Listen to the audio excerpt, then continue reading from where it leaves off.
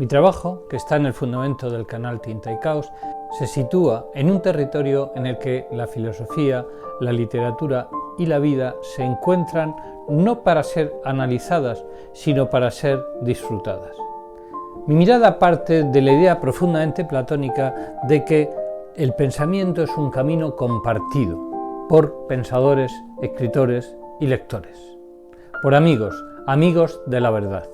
Aquí quiero explicar de modo sencillo cómo entiendo esta tarea. Para eso voy a seguir tres ejes fundamentales. Primero, los fundamentos, que son los filósofos y literatos que me acompañan. Y también el Mediterráneo, un modo de estar en el mundo. En segundo lugar, el método, la manera de pensar. Y aquí distinguiría, por una parte, los temas nucleares, asuntos que me interesan y sobre los cuales vuelvo una y otra vez. Y por otra parte, mi tono vital, que busca claridad sin perder profundidad. En tercer lugar, los contenidos, que es lo que aparece cuando uno piensa desde estos fundamentos y con este método. Son las cuestiones esenciales sobre qué significa ser hombre, la verdad, la libertad, la fragilidad humana, la inquietud del espíritu y finalmente la belleza. Al hablar de los fundamentos conviene distinguir entre la filosofía y la literatura. La filosofía empieza con un gesto, atender, mirar con atención, fijarse en algo de un modo especial. No se trata de acumular conceptos, sino de aprender a mirar bien. Mirar con atención, en latín se dice admirar. Cuando uno mira con atención, se asombra, se admira. Porque hay algo en la cosa que miro y hay algo en mí que coinciden y que me llevan a un estado fantástico. Porque entro en contacto con algo real. Y en mí hay mucho más. Y en la realidad hay mucho más. Siempre más. Pensar entonces es descubrir, desvelar. No fabricar, producir, sino dejarse tocar por la admirable realidad. Y de este modo la verdad no se impone, sino que se descubre. Y cuando uno la encuentra, algo se ilumina.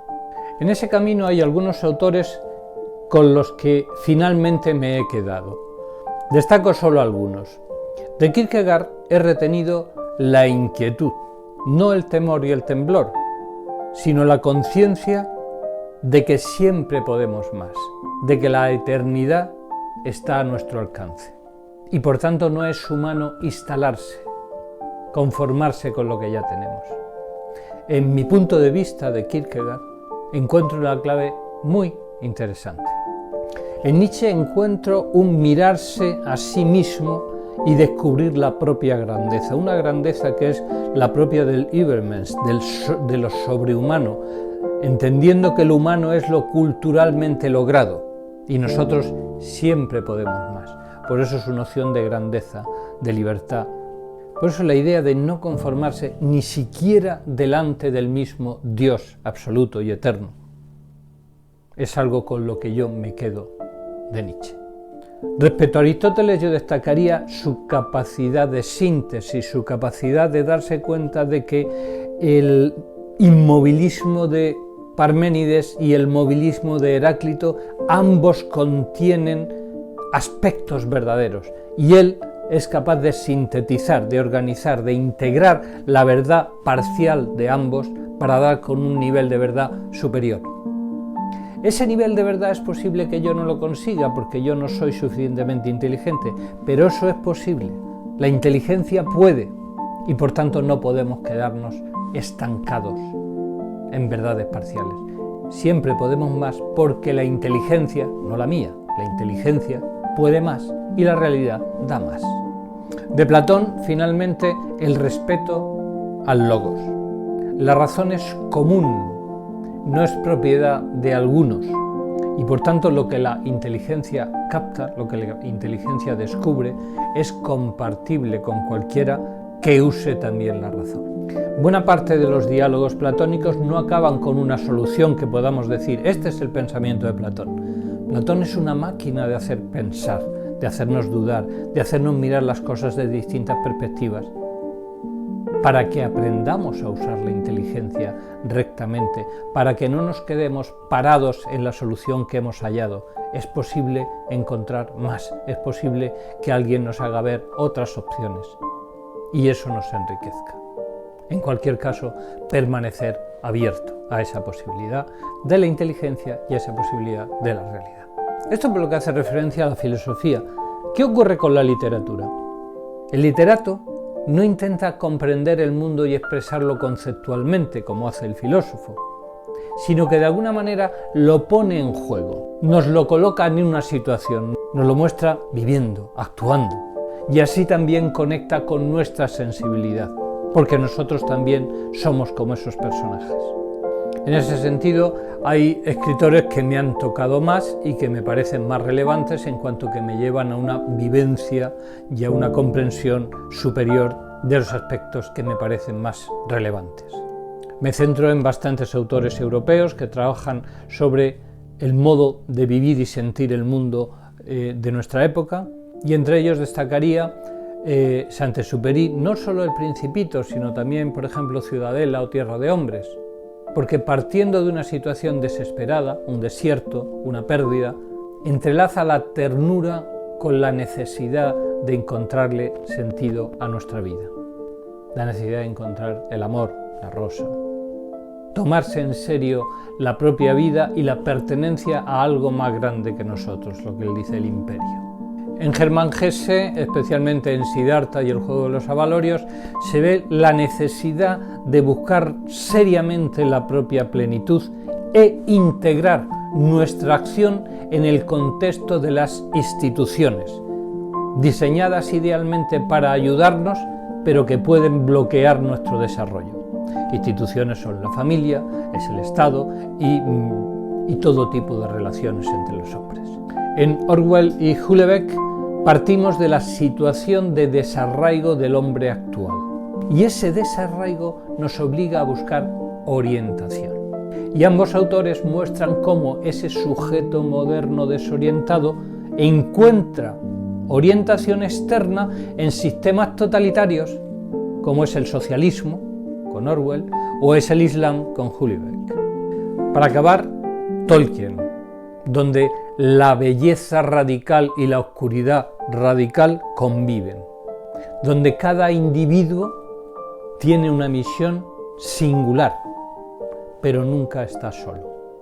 No es un verso suelto, es una nota de un canto que no ha inventado él.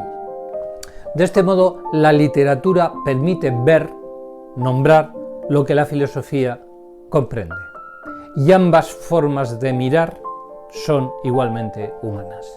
De la literatura y la filosofía pasamos al Mediterráneo. El Mediterráneo es un mar, pero es el Mare Nostrum, es nuestro mar. El mar remite a lo infinito, lo inabarcable.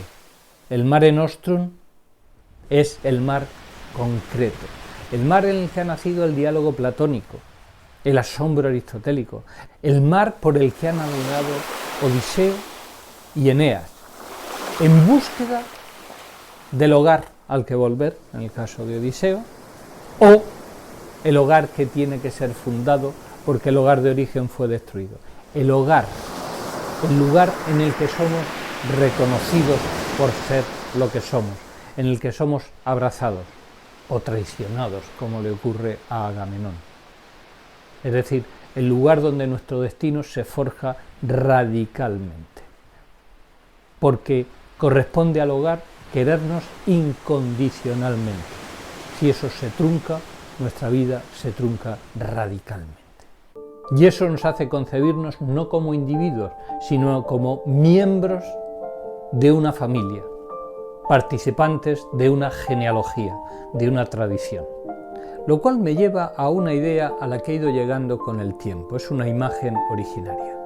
Nosotros somos hijos. No somos, como afirma el pensamiento moderno, individuos aislados, átomos sociales. Somos seres que hemos sido acogidos. Venimos de alguien y estamos inscritos en esa historia común.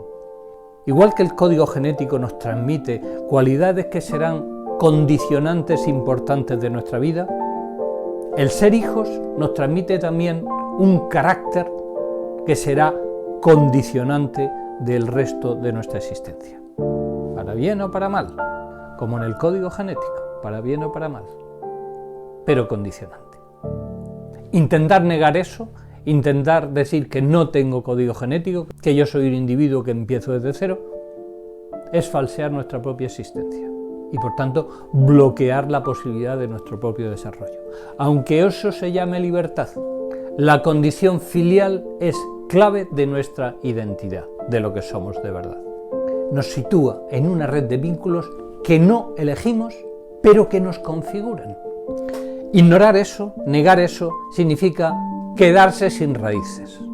O como lo dice Simone Weil, indica estar en una situación de desarraigo.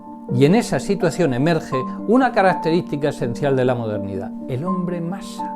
Al carecer de los rasgos individuales que derivan de nuestra condición filial, del arraigo, el individuo, lejos de ganar libertad, se incorpora en estructuras sociales como un mero individuo igual a otros individuos, como una masa fácilmente manipulable.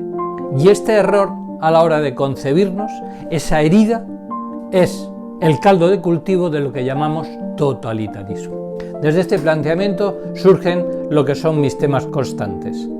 Primero, el hogar, lugar del abrazo y de la genealogía. Luego, la inquietud, como condición esencial del ser humano, porque siempre damos para más. Nunca podemos dar por terminada nuestra misión.